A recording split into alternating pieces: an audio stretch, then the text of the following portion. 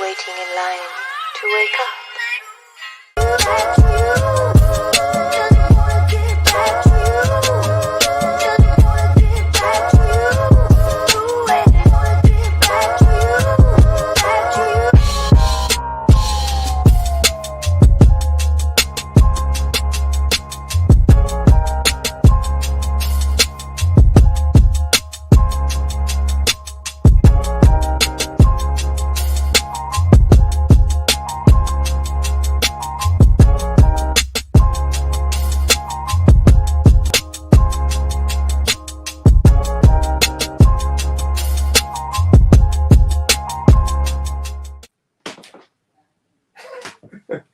What up? What up?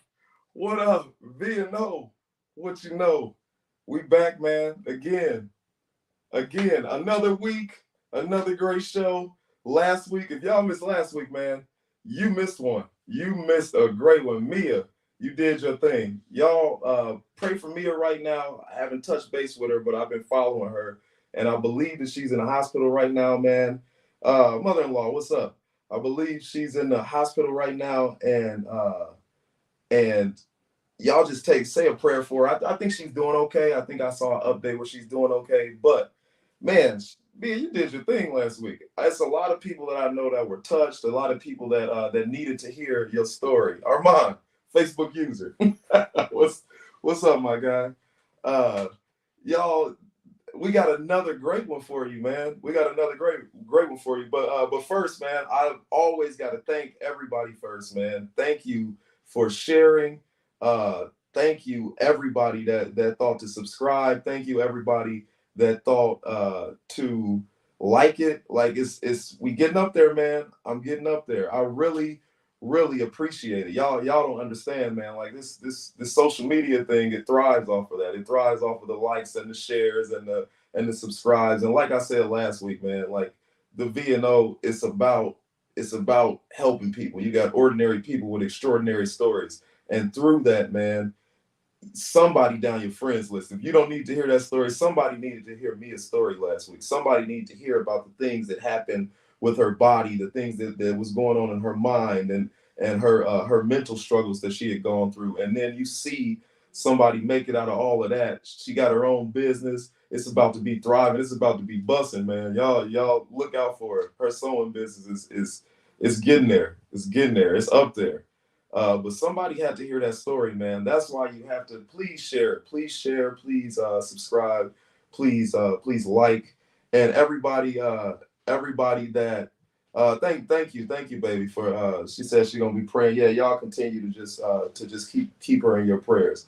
Y'all, V&O is doing it, man. I know it's kind of self-serving, but you know we doing our thing, and we coming back this week with my girl. With my girl, y'all hear me all the time talk about Dope Living TV Network, because they that group of people, they have really supported me, man. Y'all check them out on Greg Gray's channel. When I can remember, I usually share the link on my Facebook page. They have a YouTube page under Greg Gray. Y'all check them out, man. They have been very supportive of me. And tonight, I got Miss Gina Gadson from the Dope Living TV Network. Yes, my homegirl.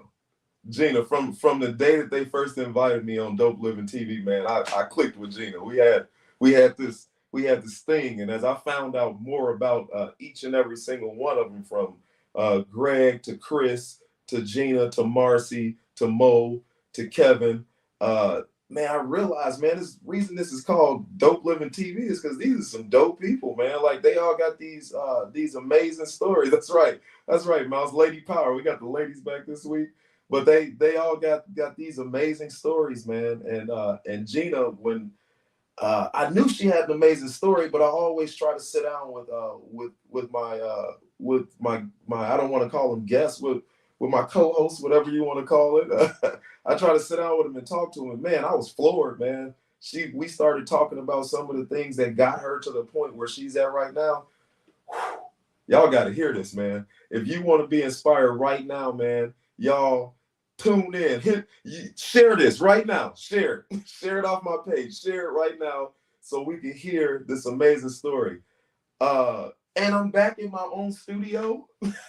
I'm back at home. We're not live this week. I'm happy to be back. My banner was a little crinkled up, but you know, this is the VNO. We keep it real. We do it.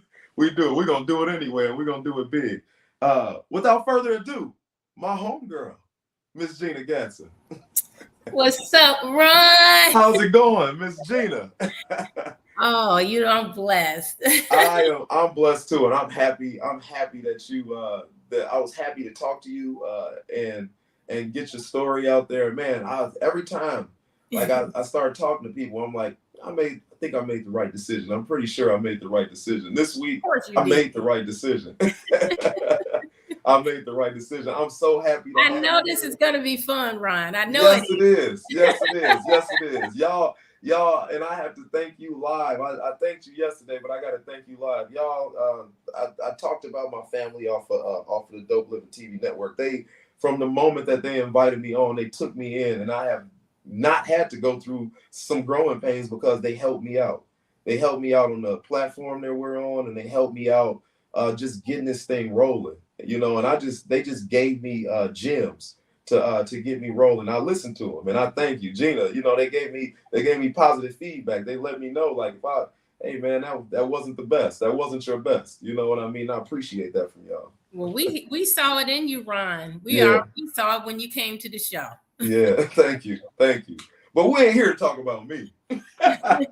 we are here to talk to author, creator of the DAG Awards, director of the DAG Awards, Miss Gina Gadson. Gina, what's up? I mean, like, how did you? We as we sat down and talked before. Mm-hmm. You're a writer. You're a writer. That's Can you tell a little? Can you start? Can you just tell us a little bit about your journey there as just a writer? Well, you know what, Ron. You can ask that question to a lot of authors, and they're probably going to tell you the same thing. I never thought about writing. I never thought about being an author. I guess it was there, and there, as I look back to my younger years, even my school age years, even, I guess it was in me. And those are the things that formulated and led me to being an author. I remember when I was in elementary school, I used to run home every single day from school, drop off my books, and then run to the library. There was a set of books that I used to love to read. And many people don't remember these books, but these were my favorite books. They were called Harry the Dirty Dog. I don't remember. It was about 15 books in that that I used to run and read, and they were just, I mean, they were amazing. Right. And so, that right there led me to like to read, to like books. But the one thing that when I look back and what really I believe put me in the position to write was when I was in the 7th grade. One day my 7th grade teacher came to the class and she said, "Hey guys, there's this contest, this writing contest. If you submit a poem, you can win $1,000. Now that inspired me not to write, but because I wanted that $1,000. Right. I had that $1,000 spent. I was like, you were 7th grade. Years old, 13, 14. Right. I mean, some shoes. I'm gonna buy this. I'm gonna buy $1,000 was gonna go a long way for me. You a millionaire. 1,000 there at least. Right, 1,000. Well, at 14, that's a millionaire. So it wasn't that I wanted to write that inspired me to write. It was the $1,000.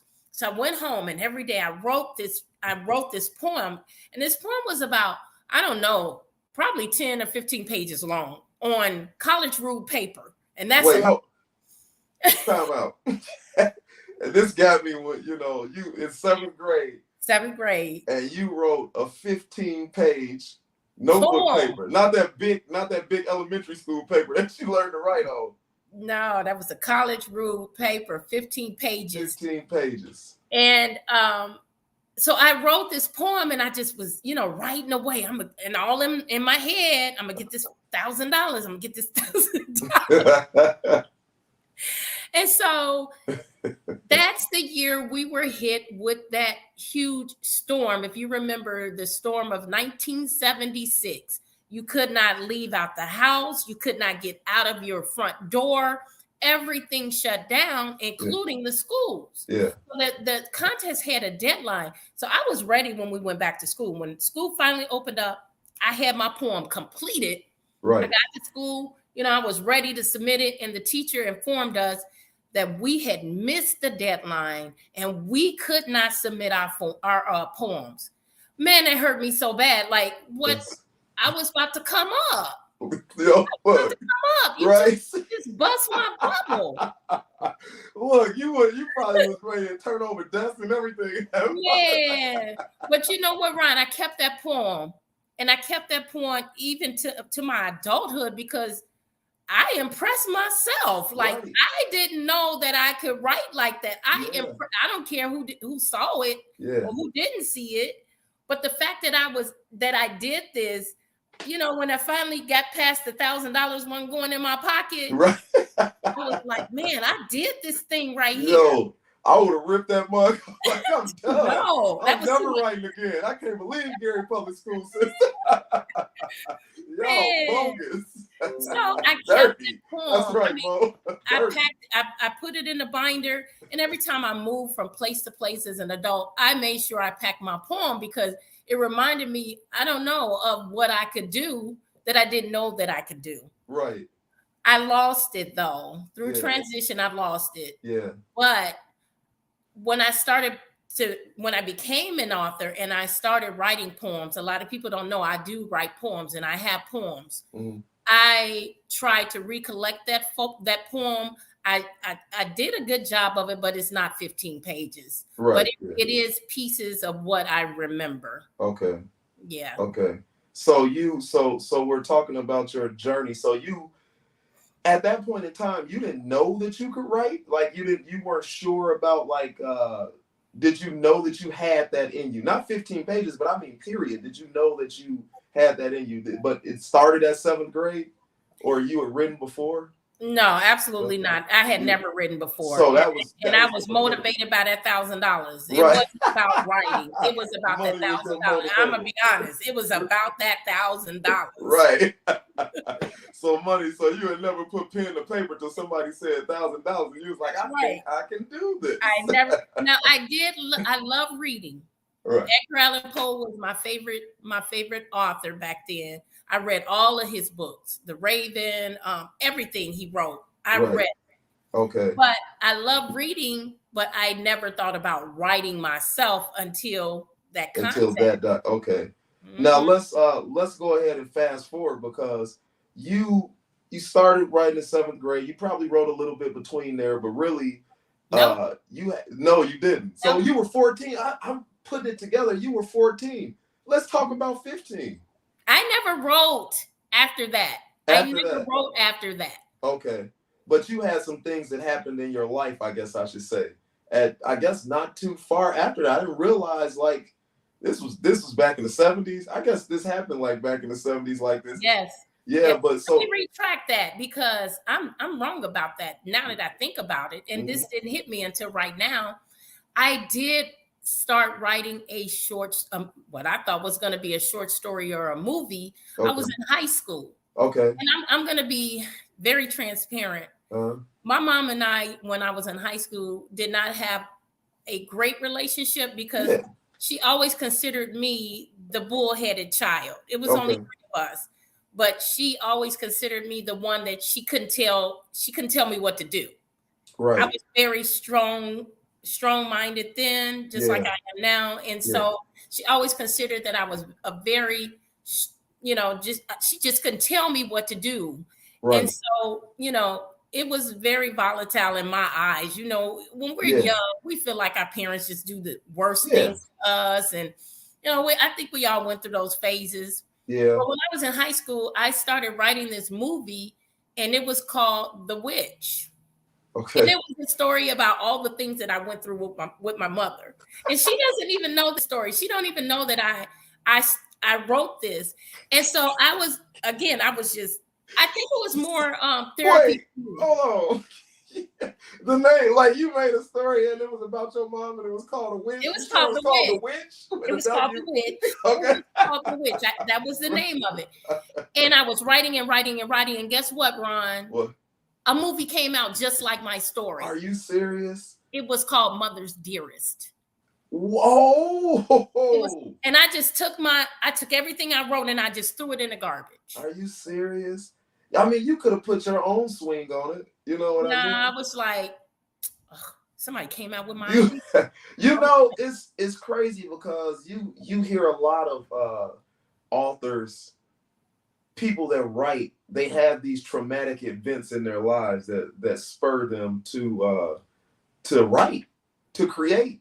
You know what I mean? Happy lives don't usually create good stories. It's sad, but it doesn't. Usually it's some type of traumatic event or some type of trauma in your life.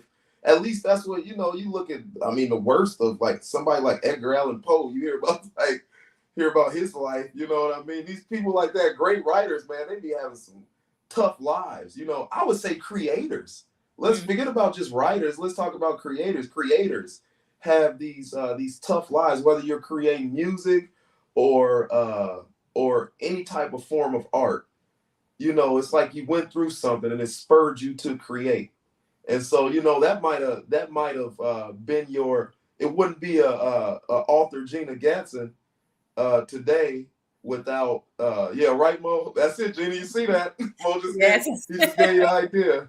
But it wouldn't be a author Gina Gadson today. It wouldn't be a Directors Author Guild without those traumatic events. Speaking of which, shortly after 14, where did you go with your life after I guess 14? I think you were 16. 16. Relationship wise? I actually, at the age of 16, I met my first husband. Yeah. And 17 years we were together. 10 years we were together, 7 years married. And it was that was my high school sweetheart. Yeah. And at 15, 16 years old, I was in the 9th grade, 10th grade, maybe. Mm-hmm. You in your head, this is gonna last forever. You in love, yeah. Right. But as time went on, things changed. Mm-hmm.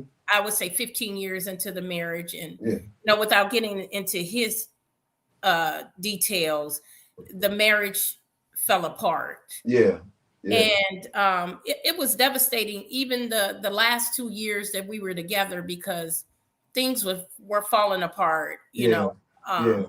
I almost lost my house. We almost lost the house. It was just so traumatic that I went into a depression. Yeah. I went into a depression. And this was in, my early 20s. Right. And the crazy thing is, I did not know that I was depressed. It wasn't until maybe 10, 15 years ago, I realized that I was going through a time when I was going through a depression, but I didn't even know I was going through a depression. Yeah. Yeah. Things were so traumatic. I wouldn't even get out of bed to go to work. I don't even know how I kept my job. I stayed on my job for 8 years.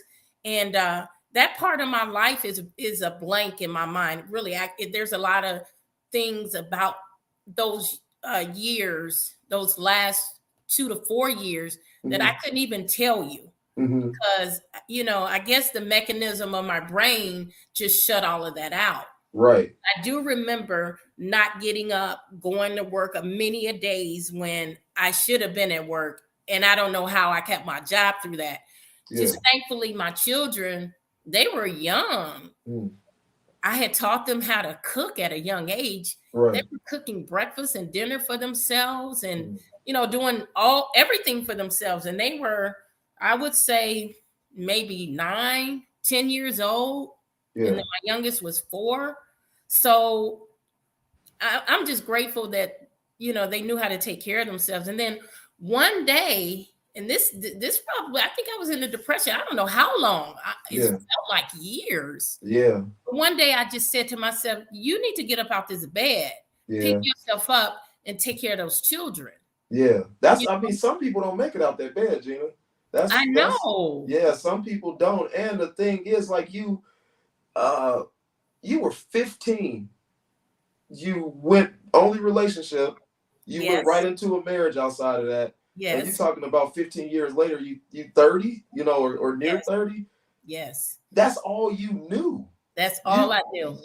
That's all you knew. Of course it's gonna be traumatic. When things start falling apart, if that's all you know, anytime our first anything. You know what I mean? You live in your first home and y'all move out. It's a sad experience. Your first love, you break up. It's a sad experience. Your first anything, your first pet, they happen to pass away. It's a sad experience. You know what I mean? So if you're talking about a marriage, you're talking about somebody, you were a child and you went into your adulthood. I'm imagining that he had to, was he a little bit older or was he your age? No, he was just maybe a year older. So around the same age. He wasn't too much older than I was. Right. The dynamic with men, it's a different dynamic with men. You probably leaned on him and he probably had to lean just a little bit. I'm not saying you weren't there, but as a man, you got to lean on yourself because he knows that I have these kids and I have this woman relying on me. So it probably wasn't as hard for him, you know what I mean? But you were attached. He probably taught you a lot of things. I'm sure you taught him some things. Absolutely. But and you also mentioned that you were somewhat attached to his family also too, right? Yes. Yeah. His mother was just the best mother-in-law.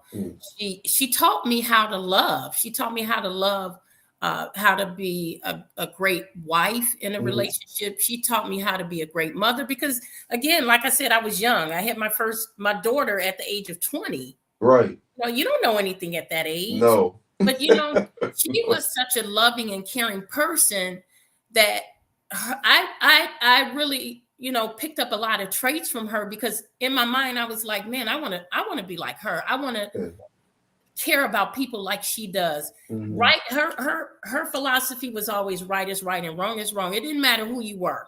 Yeah. You're wrong, you are wrong. It could be her child. It could be her sister. You're wrong if you're wrong. And if you're right, you were right in her eyes. Yeah. She just was a fair person. And I picked up a lot of her traits and I really looked up to her because, as a young mother, I felt like, now the attention is moving away from me and now it's moving toward my child. And there was a little bit of envy there, but she taught me how to, take that and turn it into love and transfer it over to my children. And so I really appreciated her for, what she helped me, the woman that she helped me to become. Right. And you had at the time did you have 3 children? At the time I had 2, and then my third son came 8 years later. Okay. But he was 4 when their dad and I split up. Okay. So he was the youngest. I think we got a picture of your 3 kids. Do you? Yeah. Let's see. You got a picture of me, Ron. That's your. Whoa, wait. I was wrong. That's you, Gina? Let me see if you can pick out which one I am. I'm thinking the baby. No, you at the right. I guess my right, your left. What color? Yellow, in the yellow shirt. No, I'm the one in the blue dress. Shut up, Gina. Oh, that is you. Oh, that's my you. sister in the yellow dress and my baby brother. He passed away in 2007. Really? Oh, really? Yes. Oh, gosh. I'm sorry to hear that. The reason is it's funny after you said that, I got that look before on the show. Oh, Dope Living show from you. I was like, I do recognize that look. Yeah, that was me. That's cool. So when you were talking about when you came out of that depression, yes. what happened? Like do you think something spurred you, or was it something? My children spurred me. Yeah. I just I don't know what was different on this particular day because I saw my children, but this particular day I saw my children in my head, I said, I can't keep going like this because my children will think this is the way. This It's is normal. normal. Yeah. They Yeah. think that if they're going through this situation, it's okay because they saw me go through it. Yeah. So at that point, I got up out that bed Yeah. and I started making changes. Yeah. I walked away from the marriage. Really? 17 years. I walked away from the marriage. Wow. Now It's funny that you said that about your kids though, because I got married when I was 20, and I've told my kids before, but I don't know, they kids, I don't know when the last time I told them. Shout out to my daughter Haley. It's her birthday today. Happy And birthday. Yeah, I had to step away from my baby. She turns 19 today. She turns 19 today. So that's not my baby. My youngest baby is Kyla, but they end up going out. But my kids saved my life. You know what I mean? Because the thing is what you were saying is that, yeah, kids are exactly, Mo. Kids are a motivator. Like, would I be who I am without my kids? No, absolutely not. You wouldn't be who you are without your kids, because I could have self-destructed at an early age, but I couldn't do it because I looked at my babies and I realized I had to get myself together. Even now, the V&O is something that I want this to be. You're supposed to pass things off to your kids. I want this to be for my kids. That's right, Greg. You always talk about how your son, he changed your life, man. He caused you to propelled you, put you in motion, man. My kids put me in motion. I love my babies, my family, man. They put me in motion. I tell my family all the time, y'all helped me back in the day. Fathers are necessary. Let me help you. So when I give you advice, hear me out, because you helped me. Now let me help you. But yeah, kids are great. They pulled you up out that bed looking at them like you said, this ain't normal. I don't want them to look at this as normal and they go through something like this. Yeah. I'm sorry I had to interrupt you for that V&O message. That's okay. It hit me one day, and I said, I can't do this, and have them see me going through this and think that, hey, this is the way life is. Yeah. So, that just changed my whole life. Yeah. Like you said, 17 years I was a kid. We were kids. We were both kids. Yeah. When we met. And so now 17 years later and 3 kids, I'm all by myself. Yeah. Going from two household income to a 1 household income. I picked up 3 jobs. Wow.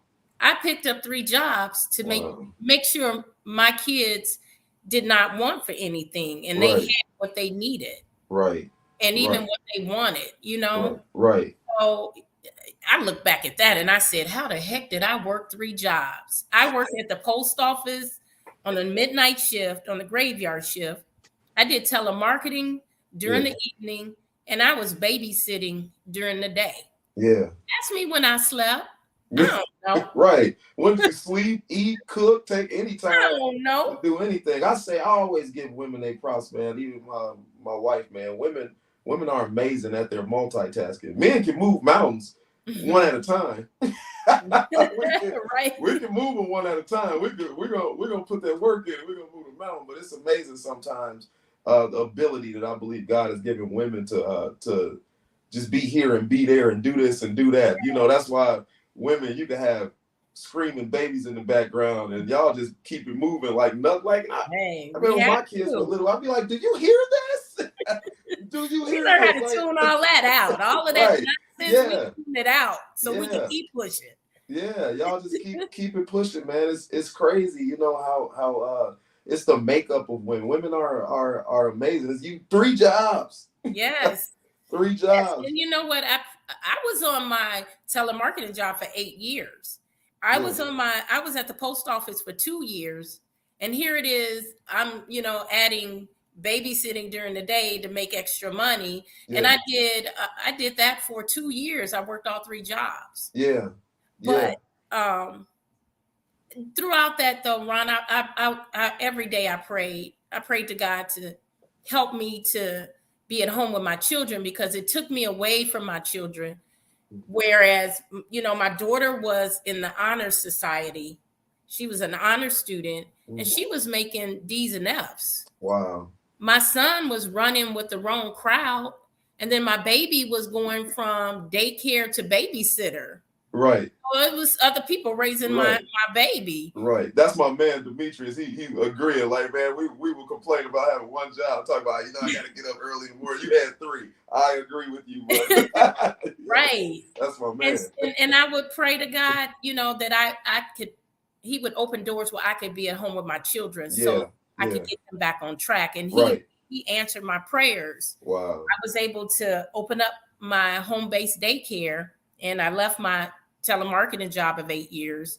And I left the post office of 2 years, which people were like, you're crazy. That's a job you retire on. Da, da, da. Yeah. Yeah, but I left that. I wanted to be home with my kids, and it made a world of difference. Love will compel you to do what seems crazy at times. You know what I mean? But what good is having a great job, benefits and all of that if you lose your kids because they don't have that don't make nothing. You know what I mean? It shouldn't make you feel good. But how did you was working at the post office, you still had 2 other jobs?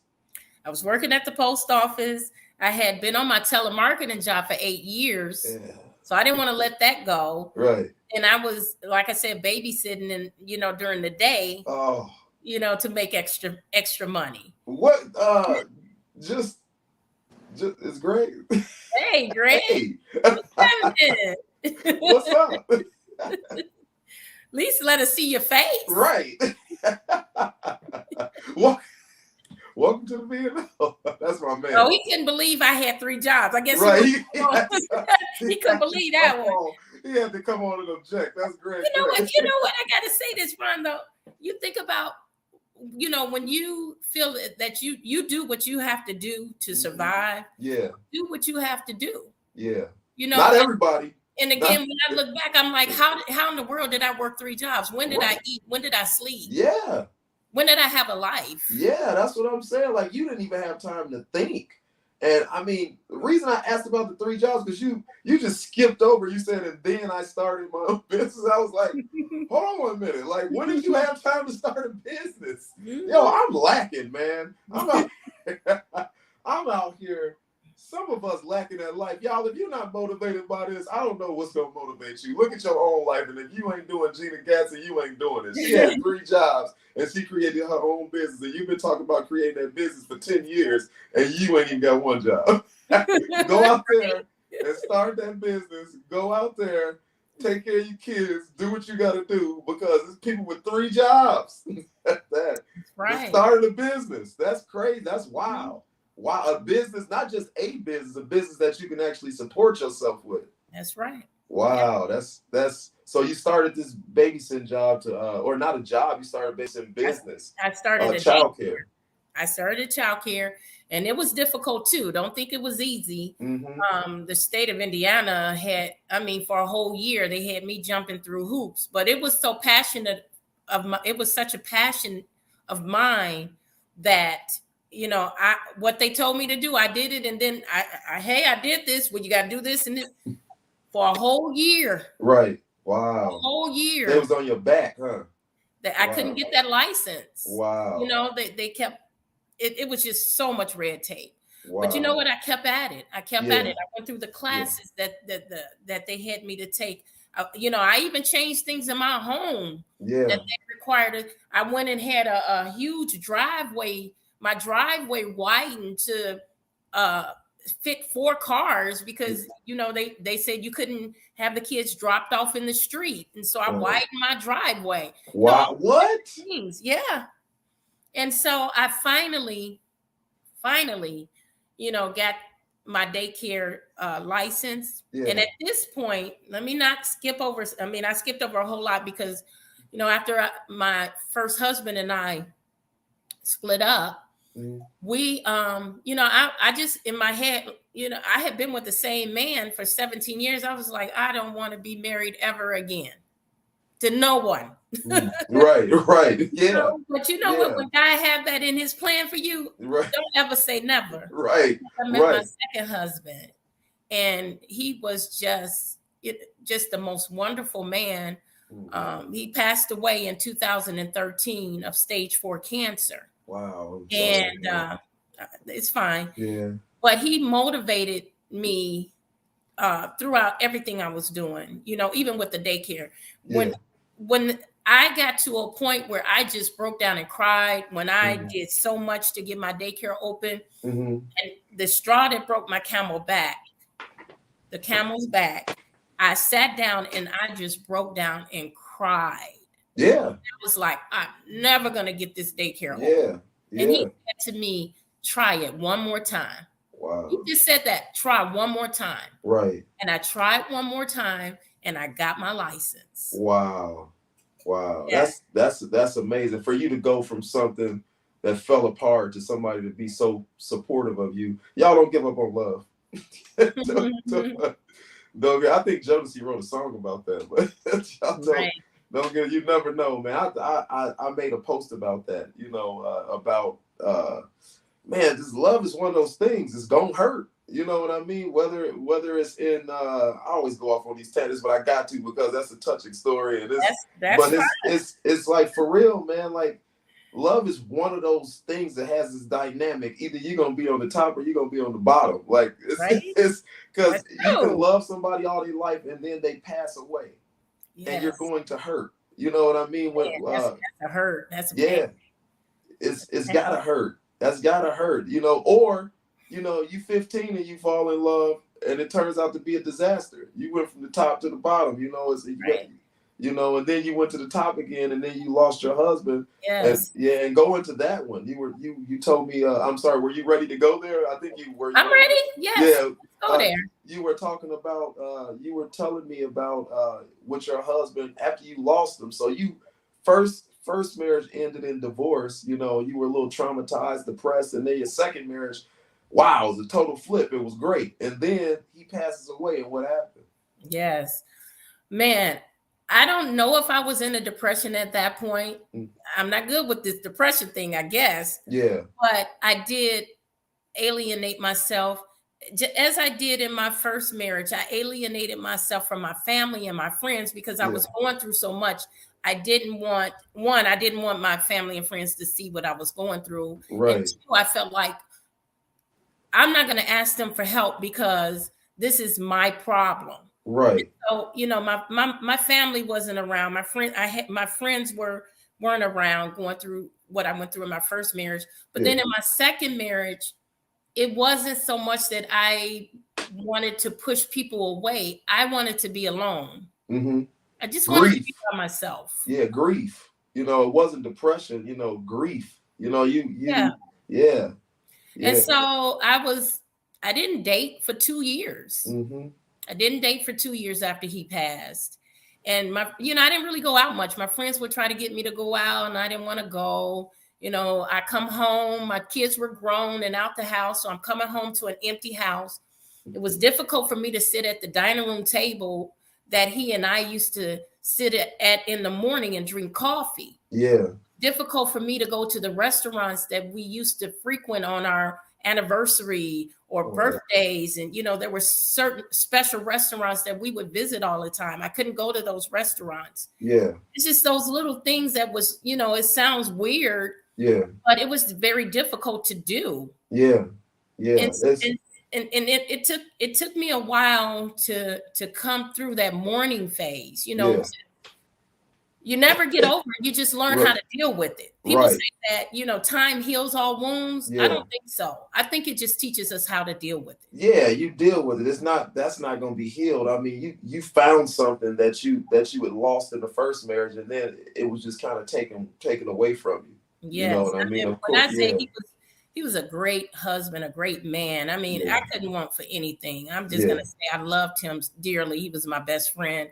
Yeah. He loved me dearly. And anyone that knew the two of us knew there was just nothing but love there. Wow. And then that was gone. My best friend was gone. Yeah. And it was very devastating. It was another traumatic piece in my life. But this is the difference in the two. When I left, when my first marriage fell apart, I was very destructive with myself. I started drinking. I started smoking. Yeah. I went down a dark road. Yeah. Something in my head said, okay, now you're at another crossroad. When my second husband passed, you're at another crossroad. Which direction are you going to go in? And I didn't go down that same road. Yeah. I got into church, into the Bible. Yeah. And I went in that direction. Yeah. And it was more positive than when I was going through these. Right. You were boosting it up and cussing folks out. Man. Man, they knew me in the club by name. Right. Ratchet. Gina was out there. By name. But we talk about ratchetness, man, but you never know what somebody's dealing with. We love to talk about our women and say, oh, you ratchet or this, or our guys and say, but you never know, like that's might be somebody's coping mechanism. It looked ratchet to you, but she might be on the club, he might be on the club because we don't know how to deal with this. You know what I mean? Let's talk about it. Let's and that's so true. I'm glad you brought that up because you never know what people are going through. Yeah. You never know why they're doing certain things. That wasn't even my characteristic. My sister was like, what are you doing? Yeah, you ain't ratchet, Gina. I wish I could see ratchet, Gina. But I'm gonna tell you, Brian, I went out every weekend, me and my girlfriend, every weekend for a whole year, nonstop, every single weekend. Are you serious? I'm so serious. Really? It could be 10 below zero, and it would just be the two of us in the club, me and her. Gina was out in the streets. They didn't even have to pay to get in. They knew us. Are you serious? Gina, you was out in the streets, Gina? I was in the streets tough. This is a different Gina here. Yeah, right. So you know what? And this is why we do this. Like, man, somebody that's out in them streets right now is listening to this, and they might not see an end to it. You know what I mean? They might think that I'm just this. You ain't ratchet. You know what I mean? If you out there and you out in them streets now, and you look like you having fun, but you go home and it ain't fun no more. Yeah. We all know how you gotta face that same issue you're running away from. Yeah, you running away from them, and you lonely, and you don't see an end to it. Somebody made it through that, man. Somebody made it through that. Miss Gina Gadson, Miss Author Gina Gadson, she made it through that. Y'all listen to this. Somebody share this. Somebody like this, because this is amazing. Where were we at? I'm sorry, I got lost in the. Well, I kind of took it back, but I know where we are.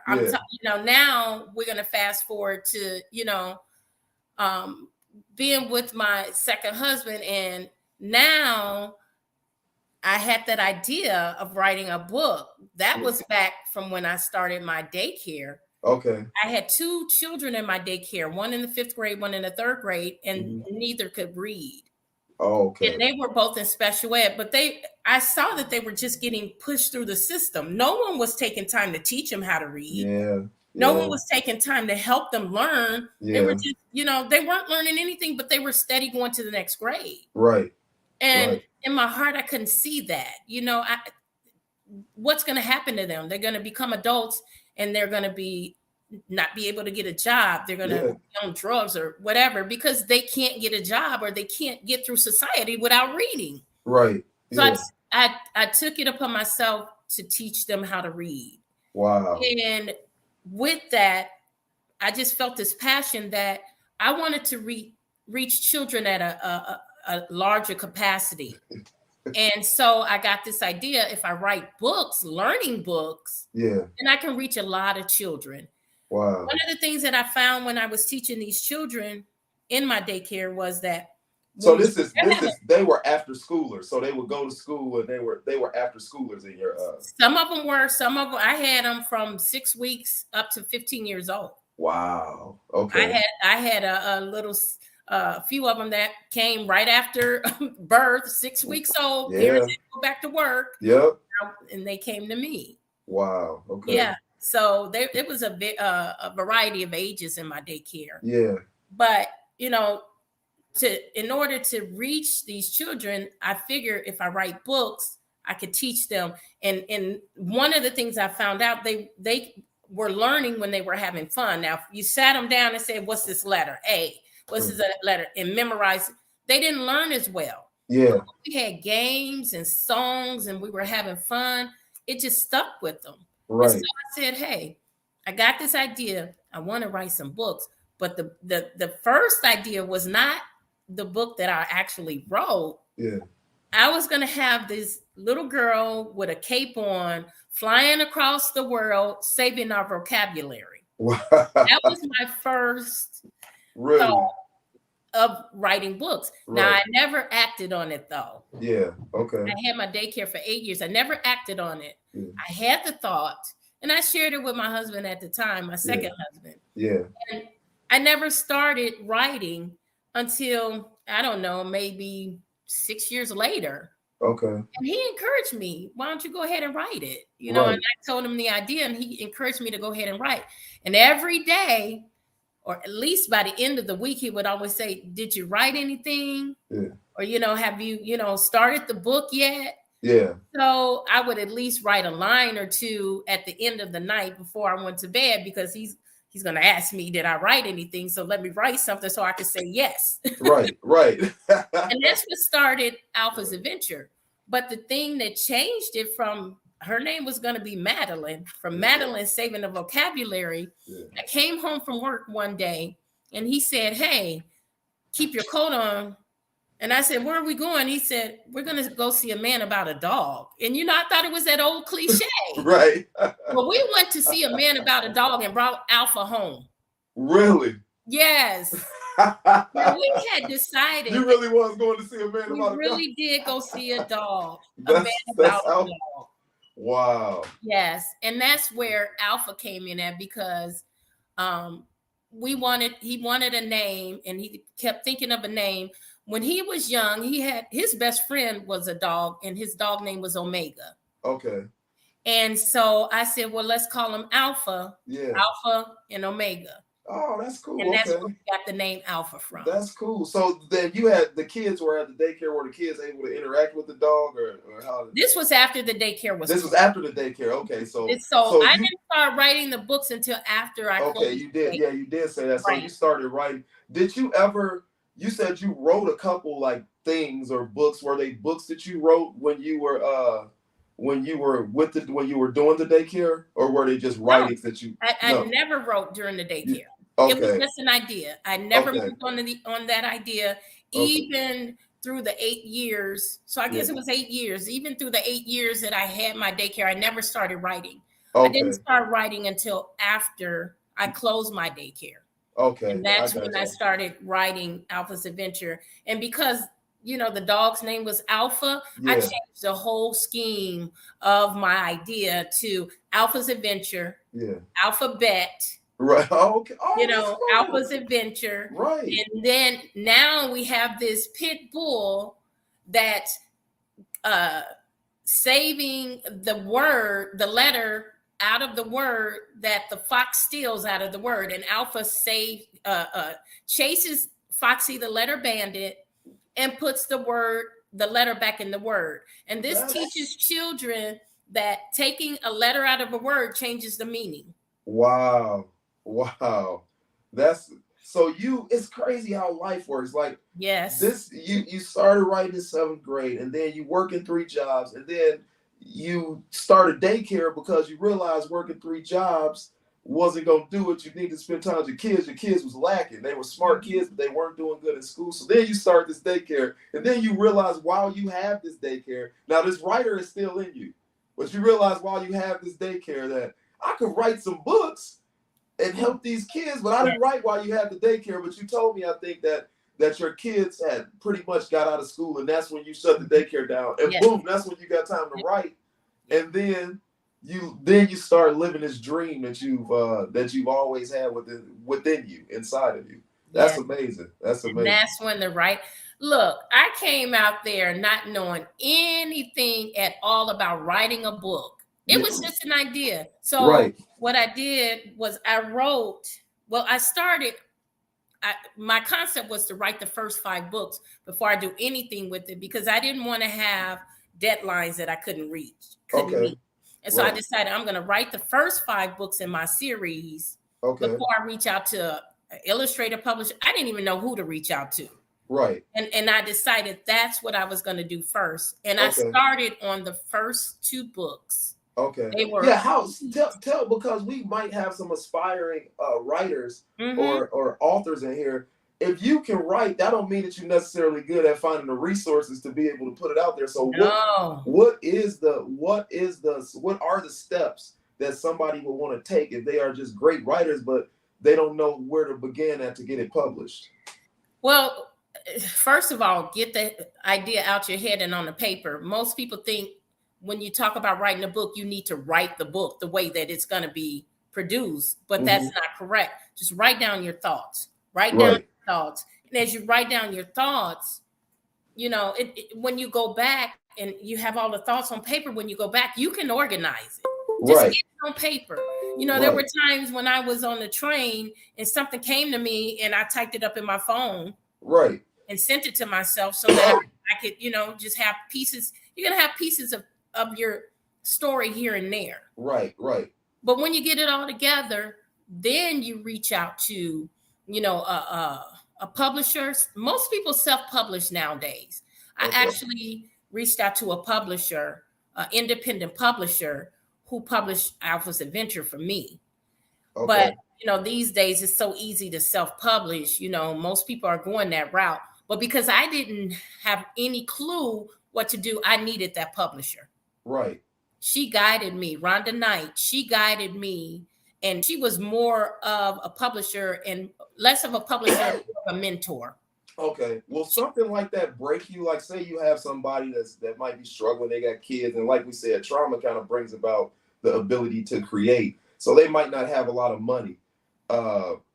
What would spur them, or what type of money would they need to get this started? Like, would it be a lot of money? Do you need to have a publisher, you know, in order to get it jump started?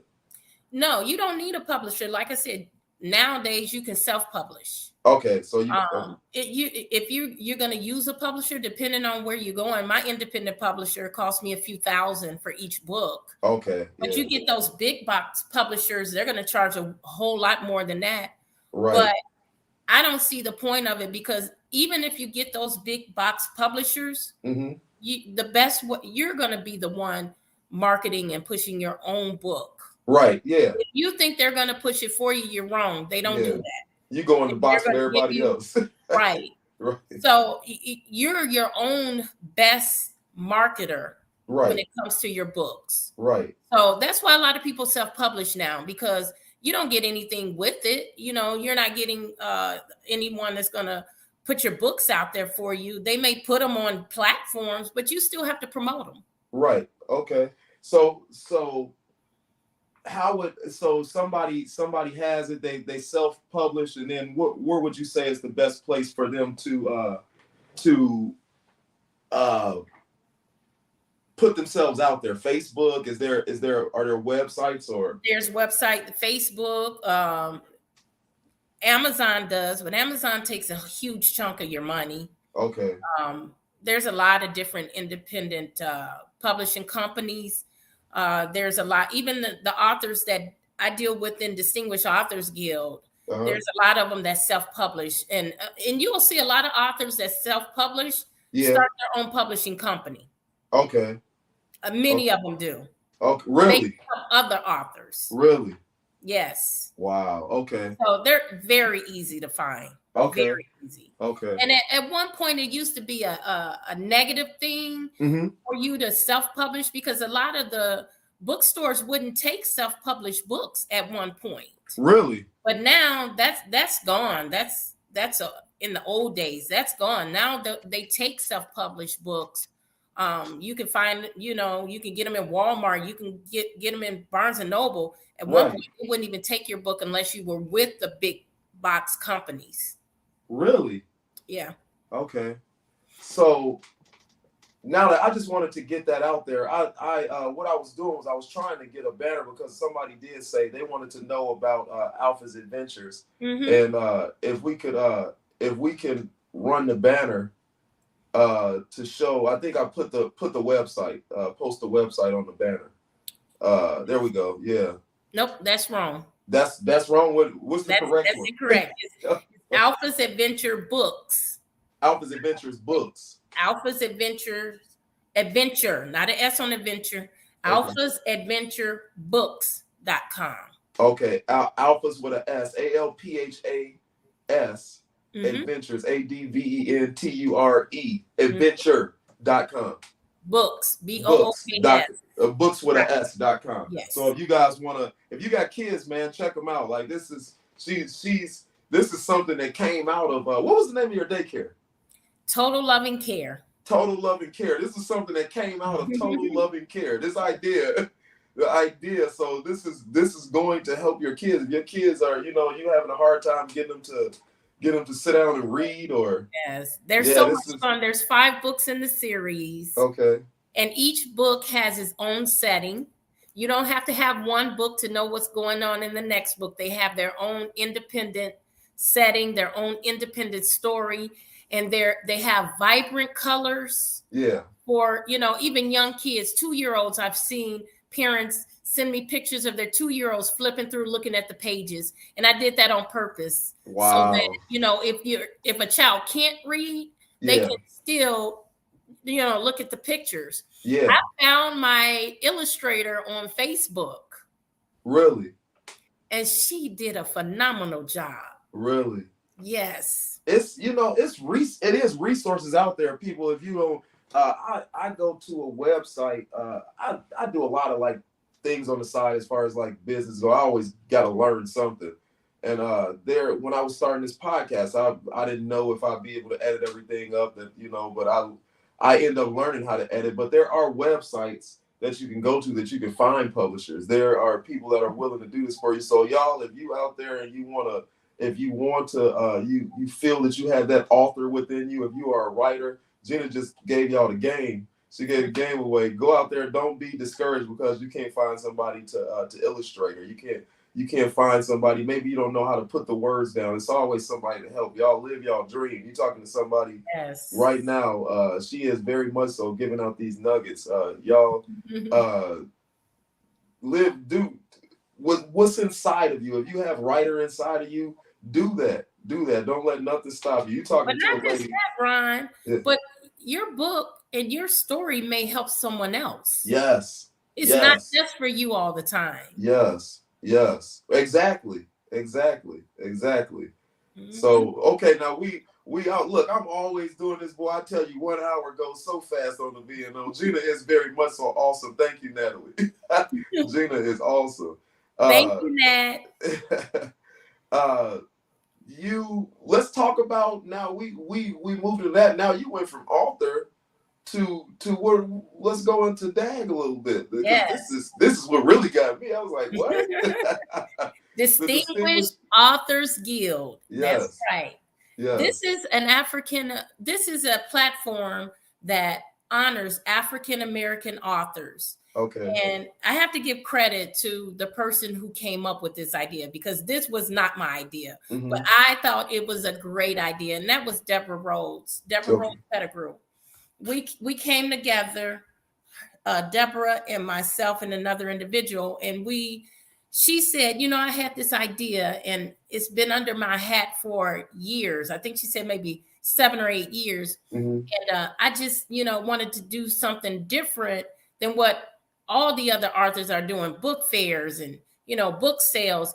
I just wanted to do something different. And I thought about this author award show. Okay. And my ears went ding, ding, ding, ding, ding, ding, ding. Wow, that's great. Right. And so we got together and we started planning. The first individual dropped out after the first meeting. Yeah. And so Deborah.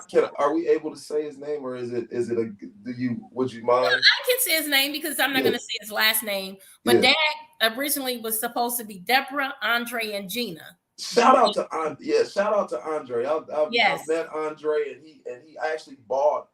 He writes children's books also, and I just wanted to give him a shout out. And I had 2 children books. What'd you say? He has some books for children that are financial books, and I took a few of them. Oh my gosh! You're a producer.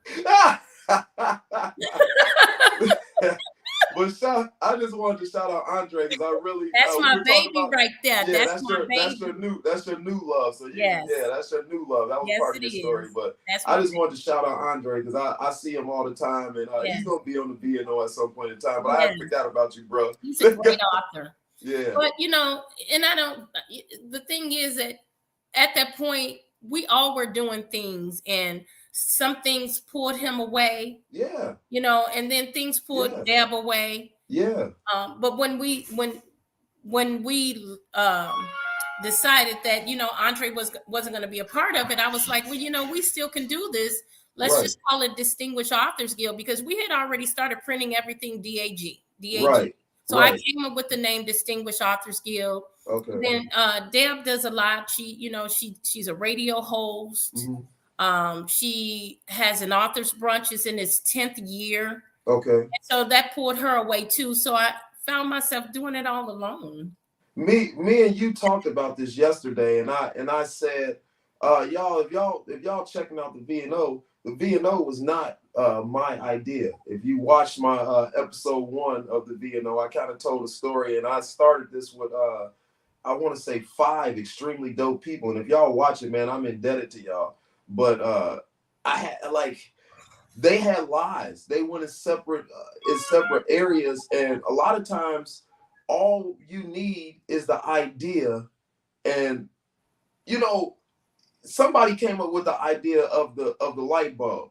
You know what I mean? These LEDs is lighting me up right now. They had no idea about these LEDs. Should the person that created these LEDs be like, oh my God, I also, Thomas Edison, I feel bad because he's the one who came up with this idea. Gina is awesome. Thank you. Thank you. My man Nick, he's always supporting. I gotta stop my story and give a shout out to Nick. Thank you, man. I appreciate you, brother. I appreciate you. My man Demetrius, I appreciate you, brother. Thank you. But when we talked yesterday, these LEDs is lighting up light me up right now.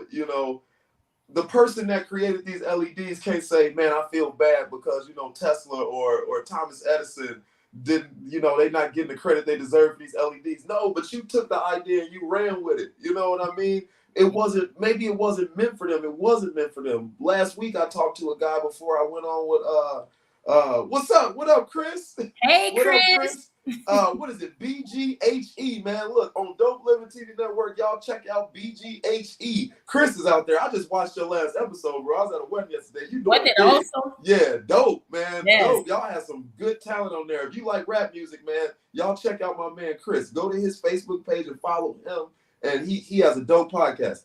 Yes. Back to what I was saying. I do this all the time. This is the video, but when you might not be the one to come up with the idea, but it's not meant to be like that. You know what I mean? Sometimes that person that came up with the idea, they weren't meant to run with it. The person that runs with it, they weren't meant to come up with that idea. I think that's how God got away of keeping all us humble at times. You know what I'm saying? Like, I'm sure that as much as we hear Elon Musk's name, he did not come up with electric cars. The person that actually came up with it, we might not even know them. You know what I mean? Right. But it's not always meant for us to come up with the idea. You know what I mean? But you ran with it.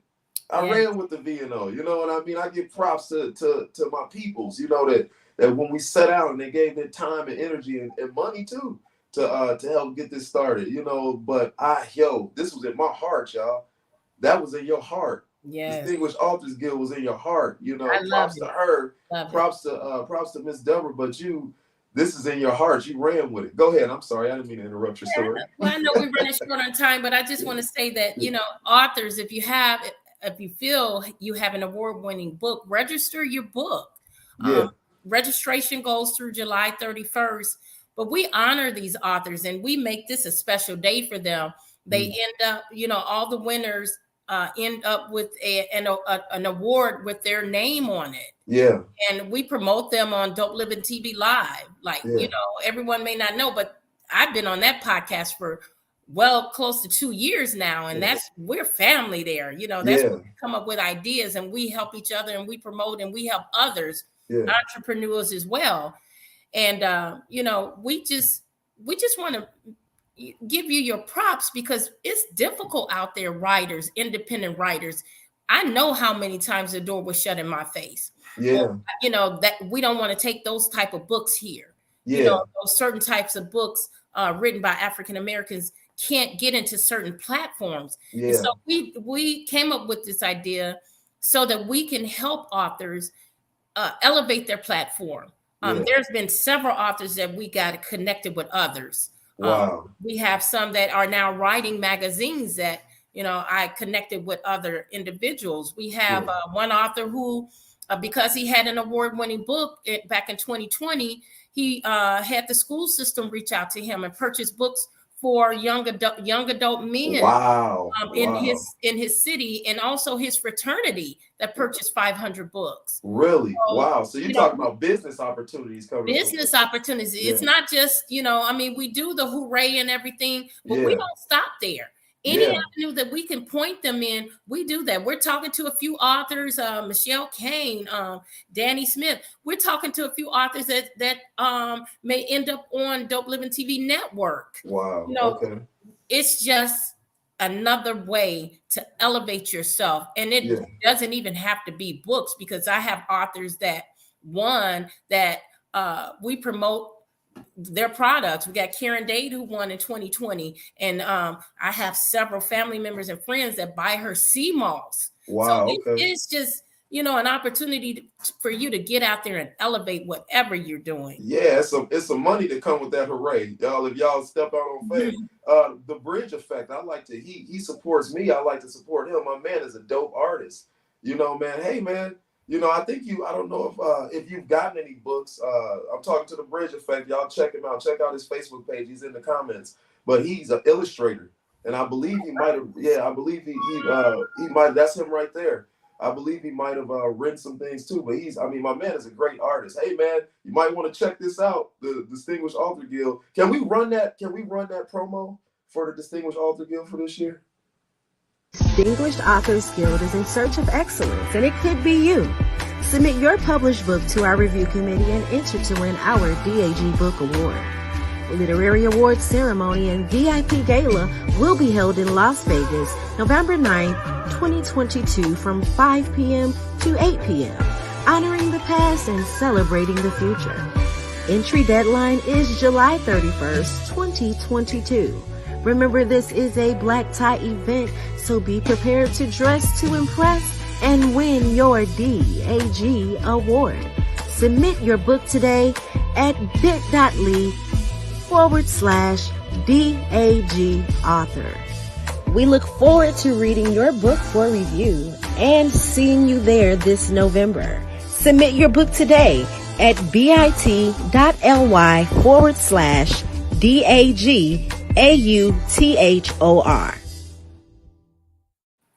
I love that. I love that commercial. Yeah. And that commercial is running in Vegas on a radio station as well. Really? But I just want to add that along with the honoring the authors, we also give scholarships to first year college students. So a percentage of the proceeds goes towards the scholarship. So I just wanted to add that. Wow. Because that's very near and dear to my heart. Wow, that's what's up, man. Supporting the community. That's y'all check this out, man. If you are listening right now and you know an author, y'all tell them to submit their work. If you know, do you take just authors or is it illustrators also? Is it just? This is authors. They have to have a published book, and it can be an ebook too. Last year was the first year we had ebooks submitted. Okay. But they have to be published and they have to be 350 pages or less. Okay. Okay. Yes. Cool. And y'all look, man, if you want to go visit DAG, Distinguished Authors Guild Facebook page, you can find the registration form on there as well. And that gives you all the details about the event. Okay. And man, we going through time, but I do want to, can I run last year's winners and then we're going to go ahead and wrap it up. But I want to show some people that have won.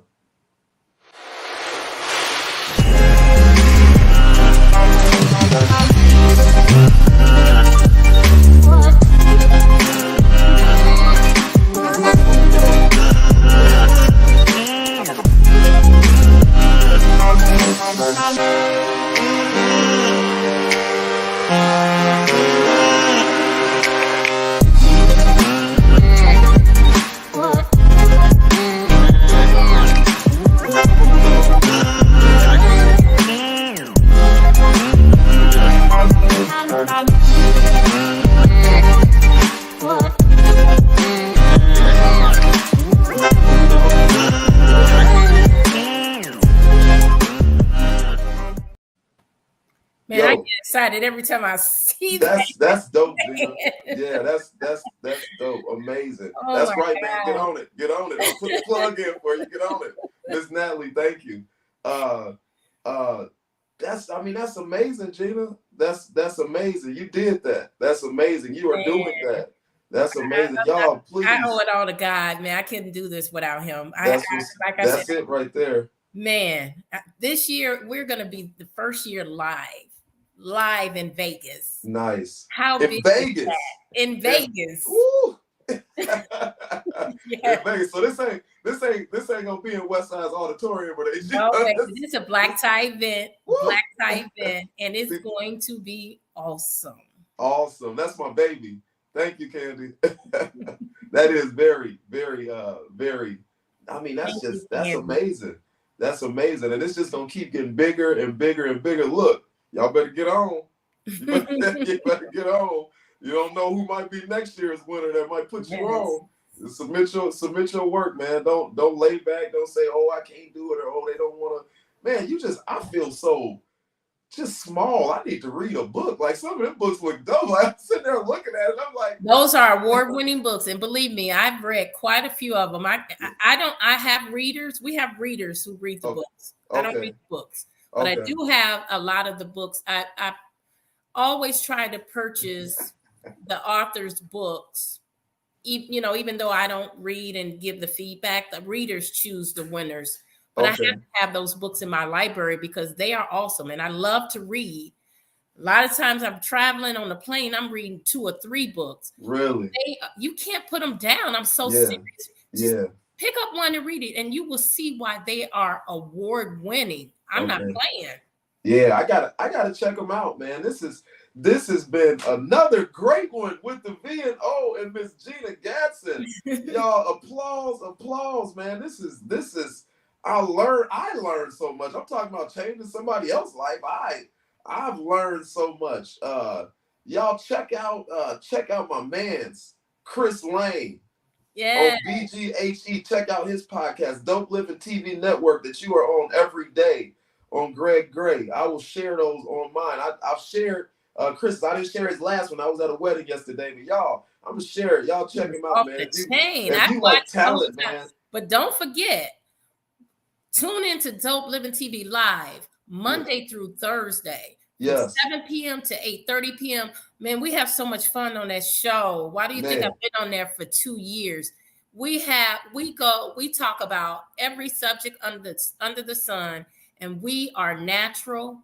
We are ourselves. Yes. We get into some bickering on the show. Yes. We get into some laughs on the show. You never know what we're gonna bring you, but you gotta watch it. It's such an amazing show. And the support that's there, I just can't talk about it enough. Yeah, y'all support. I mean, we not just saying support, like you gonna get something out of it. I've been I'd be so busy. I'm trying to make the V&O, just trying to make it pop every week. I want it to be better. It gets better, and I've put a lot of time and effort into this. But man, whenever I can make it on Dope Living TV, I love y'all so much. I always enjoy my time, like being on there with y'all. From everybody is quirky and have their own. I forgot about Marcy. Yeah, Marcy. Matter of fact, y'all gonna see her on here soon. More from Dope Living TV. Okay. We already got the guys, but we have to get the ladies of Dope Living. But she's going to be on here soon. Thank you so much, Marcy, for supporting. It's such, man. It's so relaxed, and it's exactly what it is. It's Dope Living. It's Dope Living. Yes, Greg Gray, my man, Greg Gray. Thank you as always, y'all. This has been another sit down on the V&O, man. I hope y'all got something out of this, man. If y'all listening, thank you. Please like, share, and subscribe this, man. Of course, as always, follow me on TikTok, Instagram. The link's in the bio on the YouTube. Go and subscribe to that. Links in the bio on Facebook. There you go. Y'all, please. Y'all please go and because you will get something out of this, man. Thank you so much for y'all that have.